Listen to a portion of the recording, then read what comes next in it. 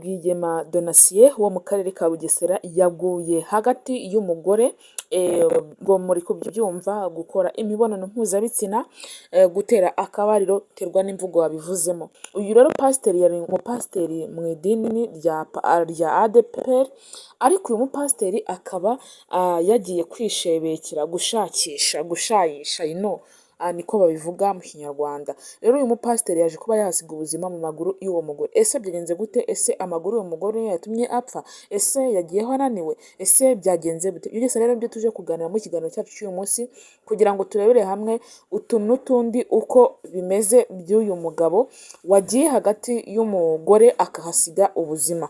Tubane no mu kiganiro cyacu cy'uyu munsi, ariko birababaje biteye n'agahinda k'uyu mupasiteri, k'uyu mugabo w'umushumba wapfuye ari kurongora indaya, ari kurongora umugore usa nka n'ubundi witwa ngo ni indaya, kuko uwo mugore yari afite abana batatu bose badafite papa wabo, nyine bose badahuje ise. Ubwo twabyita nk'aho yuko n'ubundi yaba ari indaya. Tubane no mu kiganiro cyacu cy'uyu munsi kugira ngo turebere hamwe iby'uyu mugabo mwahoze mwumva ku mbuga nkoranyambaga bigenda caracara. Mbahaye ikaze mu kiganiro cyacu cy'uyu munsi.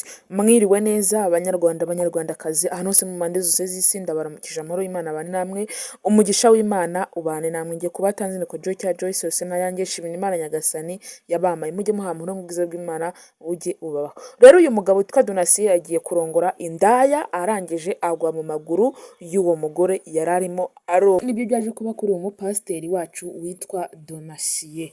Ubundi uyu mupasiteri wayoboraga mu idorero rya ADEPR yashakanye n'umugore, ariko ntibagira kubyara, ntibabona urubyaro. Rero murabizi uburyo abagabo batajya bagerageza kwihangana, umugabo rero akazajya aca inyuma umugore, n'ubundi baza gutandukana, ubwo umugabo asigara yibana. Ariko muri iyi minsi insengero zafunzwe, abantu benshi bari gusa nk'aho bakora ibintu biterekeranye, bava mu matorero bakajya gukora ibyaha. Rero ku munsi w'ejo uyu mugabo witwa Donatien yagiye kureba indaya ngo baranatahana, nk'uko mwagiye mubyumva ku makuru. Bamaze gutahana, uyu mugabo agwa mu maguru y'uwo mugore, n'ubundi barimo bakora icyo bita gutera akabariro. Rero uyu mugabo yaje kuba yahasiga ubuzima. Mwabibonye bavuga ati se ni gute abantu noneho b'iyi minsi basigaye bakora ibyaha barangiza bagapfa, Imana ikabatamaza, bimeze gute? Rero uyu muntu yari intangarugero nk'uko muri kubibona rwose. Aya makote ubundi abantu baba bambaye aya makote baba ari abapasiteri pe, baba ari abapasiteri ba bandi bavuga ngo uyu ni umupasiteri twubaha, kuko abantu bambaye amakote rwose uhita wimagina yuko ari abantu baba ari abapasiteri. Rero pasiteri rwose aje kuba yahasiga ubuzima, ahasiga ubuzima rwose yagiye kwirebera indaya, ayigwa mu maguru.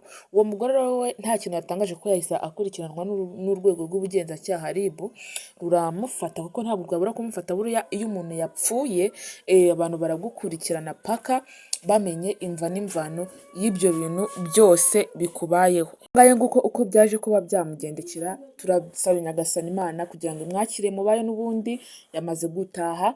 Imana imwakire mubayo, kuko mu isi niko bimera. Mu isi dufashe igihe mu ntambara, mu isi urabigenda uko ariko niba rwose uri umupasiteri ukagenda ukagwa imbere mu maguru y'umuntu atari umugore wawe, uvuga yuko uri indaya, wagiye gushakamo iki? Wakwiyubashye ugasenga ya Mana yawe twari tuzi uzi gusenga, ukareka kwiyangiriza bene aka kageni k'uyu mupasiteri yaje guhura n'uruva gusenya.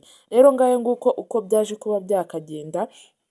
Reka dusabe Nyagasani Imana imurebe, abashe kuba yakwitahira amahoro. Ibintu byose bikunda kubaho muri iyi si, tugasanga abantu baciye inyuma abagore babo bashakanye, ugasanga baciye inyuma abo bashakanye, bagiye kwirebera indaya.